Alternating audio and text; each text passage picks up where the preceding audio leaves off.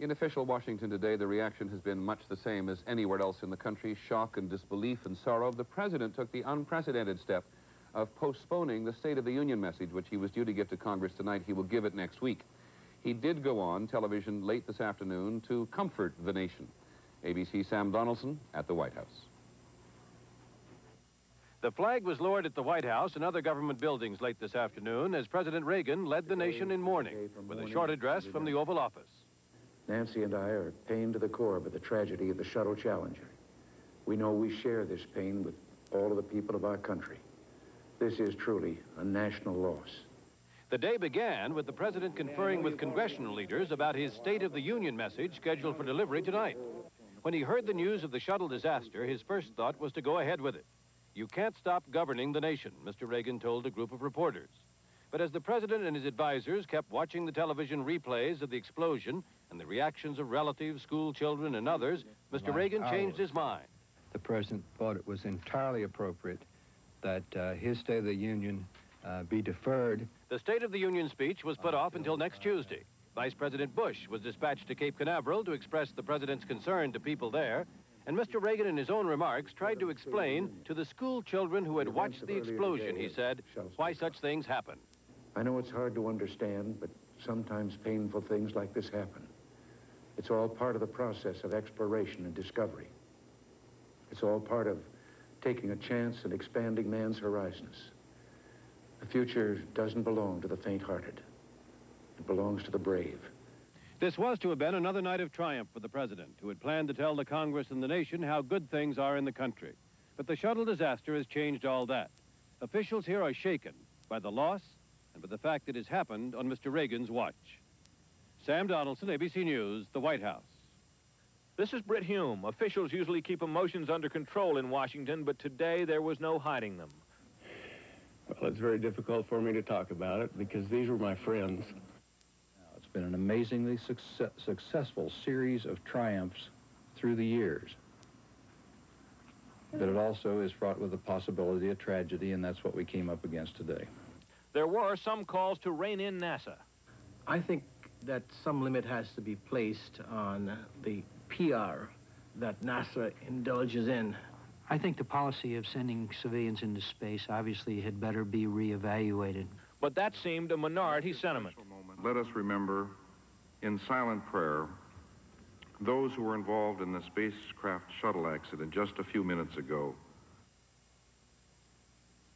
Now their names become history. But that drive of the human spirit will not die. In that flash and fire, it will be reborn again, and other young men and young women who will read about them and learn. Florida Congressman Nelson, who returned aboard the shuttle Columbia just last week, had lost none of his enthusiasm. This is part of what you understand is part of the risk that you're taking. Of course I would go again, even if it were tomorrow. I would go again tomorrow. If NASA would let me go, I would go again.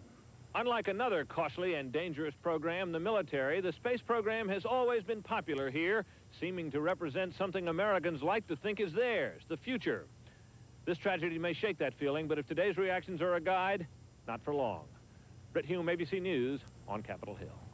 Well, this tragedy has had repercussions well beyond the borders of the United States. When we come back. As ABC's Bill Blakemore now makes clear, there was shock and grief all across the country today and all around the world. That poor teacher, you know, you just think everything is just down pat, and then something like this happens. I feel awful. The feeling that you get, that cold feeling all over that only happens maybe 5 times in your lifetime. Space shuttle explode, get it right now. At midday, word flashed between people everywhere across the country. Didn't you know about it? Yeah, the space shuttle blew up this morning. Oh, yeah. I think it's very tragic. I think it's the most tragic thing since the death of Kennedy himself. And as with Kennedy's death, people remember where they were the moment they heard. I think I was in an elevator in Midtown Manhattan, and somebody said the shuttle just came down. But it was in those schoolrooms around the country. We have a report from the flight dynamics officer that the vehicle has exploded. Flight director confirms that. We are looking at checking with the recovery forces to see what can be done at this point. Can we get the cameras? Pilot, Mike Smith, Commander Dick Scobee, Judy Resnik, there it is. There you see. The kids invited almost as if to a party for a live classroom lesson from space turned suddenly into a lesson in mortality. You think that there's so much technology that, you know, they could keep things like this from happening. I was horrified. I didn't think that would happen. I didn't think that would happen. The shock was immediately felt around the world. Within 30 minutes of the explosion, Soviet TV showed it. In the Frankfurt airport, travelers stopped in their tracks.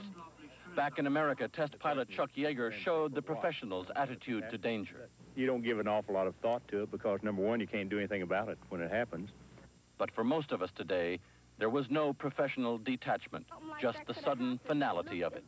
It was just a nice liftoff, and then right out the clear blue sky, boom, it happened. And it just made me feel bad. Bill Blakemore, ABC News. It made us all feel bad. We'll be back in a moment. It really was largely because of the teacher, Christa McAuliffe. We can't recall a time since man set foot on the moon when much of the nation, and because it was so many children, were engaged in a particular mission. When President Reagan went on television this afternoon, he was talking not only to the children, but to all of us, trying to comfort a nation. The crew of the Space Shuttle Challenger honored us for the manner in which they lived their lives. We will never forget them, nor the last time we saw them this morning, as they prepared for their journey and waved goodbye and slipped the surly bonds of Earth to touch the face of God. Very often, but particularly today, this program seems inadequate to tell it all and to share it all. Later this evening on the full ABC network at 10 o'clock, 9 Central Time, we'll have a full hour special on today's tragedy, and then even later this evening on Nightline, Ted Koppel and his guests will go as deeply as one can on a day such as this into this tragedy. The death of 7 American astronauts and mourning across the land and around the world. That is our report on World News Tonight. I'm Peter Jennings. Good night.